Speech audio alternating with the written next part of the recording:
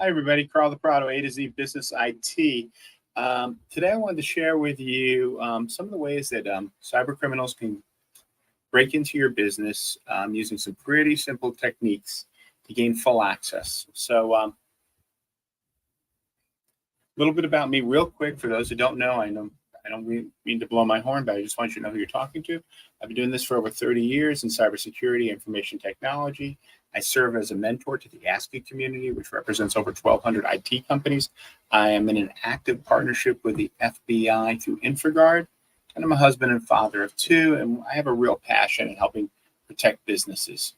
Um, so, this is an old slide. Cybercrime costs the world about is estimated to be costing the world about $10.5 trillion. Well, that number is going to jump dramatically. And the reason for that is the SEC is now requiring all companies public companies that experience a cyber attack to file what's called a report. I believe it's an 8K report that basically details the damage, if they paid a ransom, the costs that have went into that have been associated with these breaches. So it's been pretty dramatic as far as all of a sudden we're starting to get some very clear information. As a matter of fact, September 5th, this report came out, and now, this regulation has come into full requirements. There are some secondary things that'll hit by December. We're going to get more and more detail about how these threat actors behave. And so companies that have normally been able to hide behind not reporting everything that's needed to be reported are going to be required to do this. Generally, this is going to be a good thing because we're going to start to expose some of these threat actors to sunshine, and that's going to be a very good thing. But at the same point, you still have to realize that this is going to, these guys aren't going to disappear anytime soon, especially when we're talking about that much money out there. It's estimated, by 2030, that 10% of the world GDP is going to be lost to these types of thieves. And, I always think about what would happen if you were operating with 10% less than what you have currently. And that's what we're here to stop it from happening. So I want to start with a story. This isn't really a fairy tale. This is a real one. A client, I was referred to somebody who was having an issue, thought they possibly could have, that they might have been breached. And so what happened was, there were a construction company. They had 20 seasonal employees. They had 5 full-time individuals. Architectural. They had some architects on staff. They were serving, as they told me, the 1% of the 1% of all their clientele. They paid cash. They didn't really have anything. And so, but the owner his email had been hacked 3 times, and he basically had ignored it. He reset his password, said, "What's that going to hurt? No big deal." Well, what happened was, when they got in there the last time, they were able to hack into the bookkeeper's email. And part-time bookkeeper working on a couple of different projects. But what happened was, they were able to get all of the employee information and the PII and the PCI data. That automatically triggers a New York Shield Act. Just initial expenses between an attorney and a breach coach. A breach coach and having an incident response. This small company was looking at around $50,000 just on that data alone. But on top of that, because what were they able to get out of QuickBooks? Well, even though they weren't running credit cards through QuickBooks, they were running their payroll. And so they got all the employee data that was out there, all of their names, their social security numbers, email addresses, sensitive data that can be used to exploit their identities. And that has to be reported in New York State through the New York State Shield Act. On top of that, they were able to get into their Dropbox account. And in the Dropbox account, they really hit the mother lode. What they were also able to do was get all of their clients' wire transfers. Since they weren't taking credit cards, they had all their bank information to get into their systems to take, so they had access to their bank accounts. One more thing, because of the QuickBooks, they also had all the clients' address information and emails as well. So, when you look at a report, these guys, there are some initial expenses that come up in an incident. Where look, if you have 100 records, this is from an organization I call that's eriskhub.com, and they have a breach calculator. Now, these calculators are not perfect, but what they can give is a snapshot of potential risk. You may not hit every marker, and this isn't an exact number just because there's fluctuations. We have in there possible class action lawsuit, and if you have the right attorney and the rights and the players are on the other side are a little bit more understanding, that may not be the case where you're looking at as much of an expense, but do you want to take the chance? So you're looking here, for 100 records, you're almost at $500,000. 500 records, you're really only moving up between the 100 and 500 about $14,000. And then when you go to 30,000 records, it's almost a bargain, comparatively. If you look cost per record, it goes from, 500, 1,000 down to $30. So, and the reason for that is there's some hard upfront costs that every business reaches through a cyber breach. So there, we have some fixed costs that are involved here. So I want to talk about two of the more public thefts there were. We have the perfect heist to steal millions. And one of my favorite movies is Ocean 11. I always love heist movies. They're great. They always get great looking people to do this. I even loved The Sting as a kid. I love the music, ba-ba-bum, ba-bum, ba-bum. Or, I for those who little sleeper movie called The Heist. That's also another one. We also have Hogan's Heroes. It was all about deception. All these movies are about getting somebody to look the wrong way and focus on something else. And that's classically what it's there. And sometimes, and every one of these, they're always like a hero. They're always feeling like they're righting some wrong. So, we got like with Ocean's 11, you meet the dream team. You got, the George Clooney. You've got Matt Damon, and you've got Brad Pitt, and they're all together, and they're doing this amazing job of between the three of them, and they're able to target the Mirage, and the MGM Grand. They plan to steal about $150 million, bypass state-of-the-art security. They get a contortionist in there. They've got everything. At the end of the day, they assemble a team. They plan the heist carefully, and they execute with precision and coordination. And they speed off in bright red cars at the end of the movie because that looks best on camera.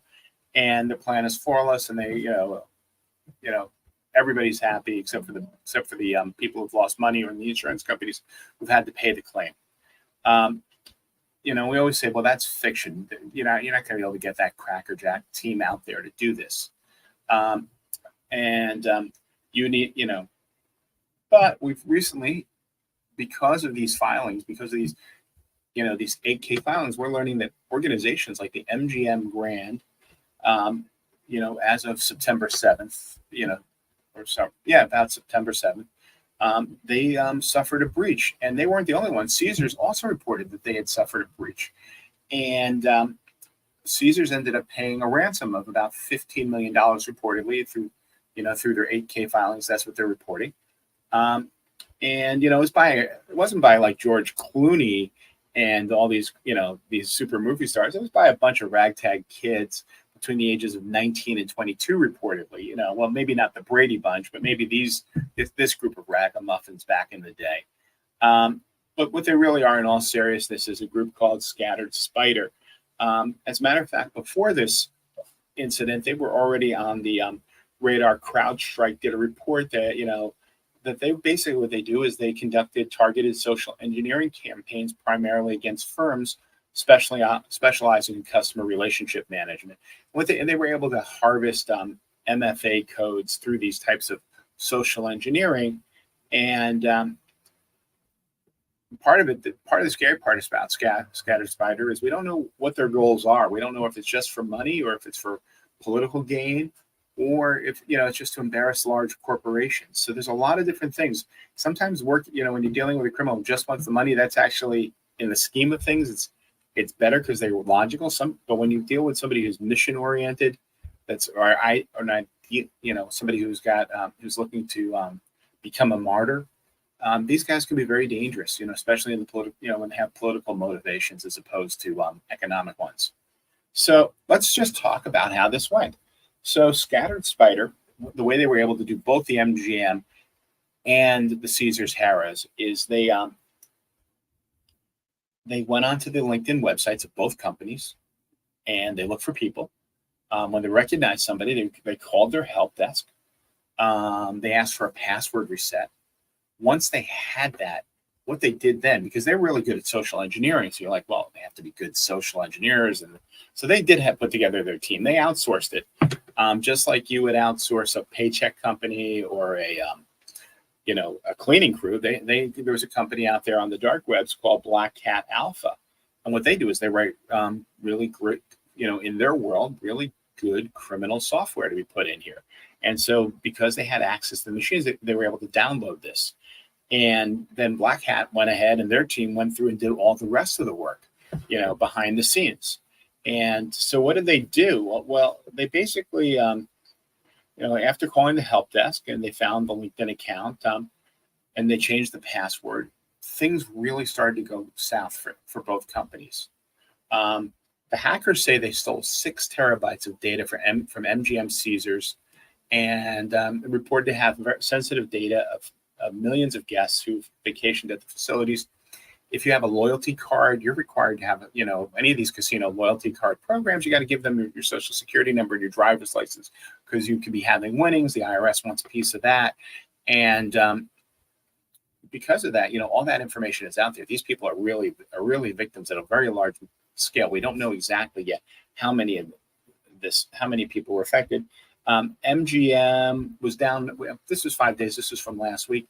MGM is claiming that they're up and operational, but they were down for 8 or 9 days. That affected 30 hotels and resorts around the world. Rooms were locked out.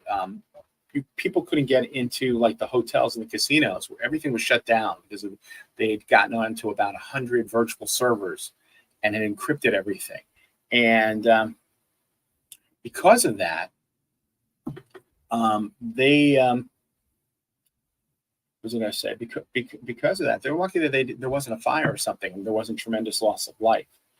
Caesars did pay $15 million in ransom. There is question and speculation whether MGM has also paid a ransom, but we'll see what that happens in their filings. But overall, the customer count was, it was over 90 hotels and gaming resorts, and it cost millions of dollars. Both stocks have had downward trajectories because of this, and they're going to be spending millions and millions and millions of dollars to fix this mess. As a matter of fact, both of these companies have been audited, and they were found to have incredibly low scores as far as cybersecurity was concerned. But at the end of the day, and that makes sense because at the end of the day, what happened? Well, there were no high tech skills used. All they did was they went on LinkedIn, they searched there, they grabbed a user, they made a phone call. And so there were no getaway cars, no Danny Ocean and the crew, just a 10-minute phone call. And you're like, well, that's great, but how would that affect me? So here's something that people can buy right here on eBay today. This is, you can go on here and you can grab, company apparel. It's sold right there. So we've got, the City of Tampa Water Department. I've got Verizon here. I've got a Con Edison shirt, which is a local utility to me. And somebody puts that stuff on, puts that clothing on them. And then at that point, they walk in with a clipboard and maybe a lanyard, and they can pretty much go, hey, they show up at my door and they have the right attitude. It's pretty hard to challenge them because they can con their way through a whole building with no problem whatsoever. So if this can happen to my business, what can we do about that? What are the options? So one of the things, that I wanted, at the end of this is there are tools here. Obviously, you got to train your employees and so forth. But if you don't feel like you're confident, you don't feel like, hey, I could fall for some, I'm not buttoned up. I'd love to invite you to have, a 15, 20-minute call with me here. Here's the booking link. It's booking.a2zbusinessit.com. I have a QR code right here. And, we can go through and we'll ask you some questions that are to your business. It's confidential. And that's free. What we're trying to do is find out if there is issues that are there, because we don't want you to have the same issues that happened to the bigger companies. And let's face it, the only reason we know about them that now is because they're being forced by law to expose that.